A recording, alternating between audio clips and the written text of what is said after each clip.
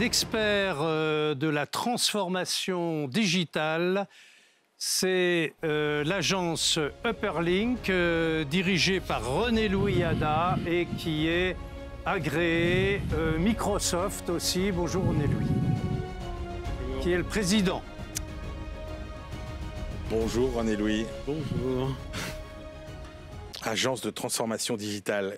Compte tenu de la responsabilité de la tête de réseau vis-à-vis des affiliés en cas de cyberattaque aujourd'hui, est-ce que vous considérez que le problème des cyberattaques est pris au sérieux aujourd'hui?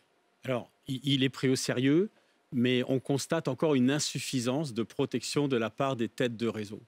Donc, on a constaté, nous, on a appelé, c'est bien simple, 2 fois par mois, pour vous dire, de têtes de réseau qui ont eu des attaques, soit des pertes de données, soit des blocages partiels ou totaux du fonctionnement des affiliés, ce qui est grave. Le risque, bien sûr, c'est un arrêt de l'activité des affiliés.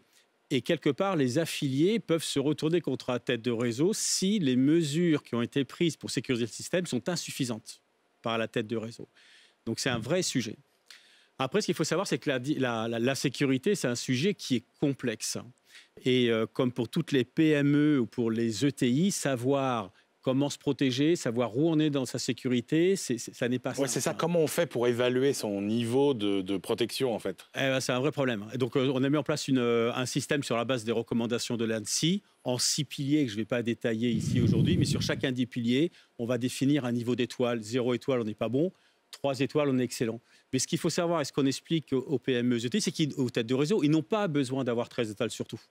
Par contre, il faut au moins avoir une étoile. Donc, l'idée, c'est de savoir où elles en sont et de savoir quel est leur objectif, leur niveau de sécurisation acceptable vis-à-vis de leurs affiliés et vis-à-vis de leur cyberassurance. On a vu des cas de cyberassurance qui ont refusé de couvrir les têtes de réseau ou des entreprises parce qu'ils estimaient qu'ils n'avaient pas pris les mesures qu'il fallait. Merci beaucoup René-Louis Ada. Merci Upperlink, agence de transformation digitale.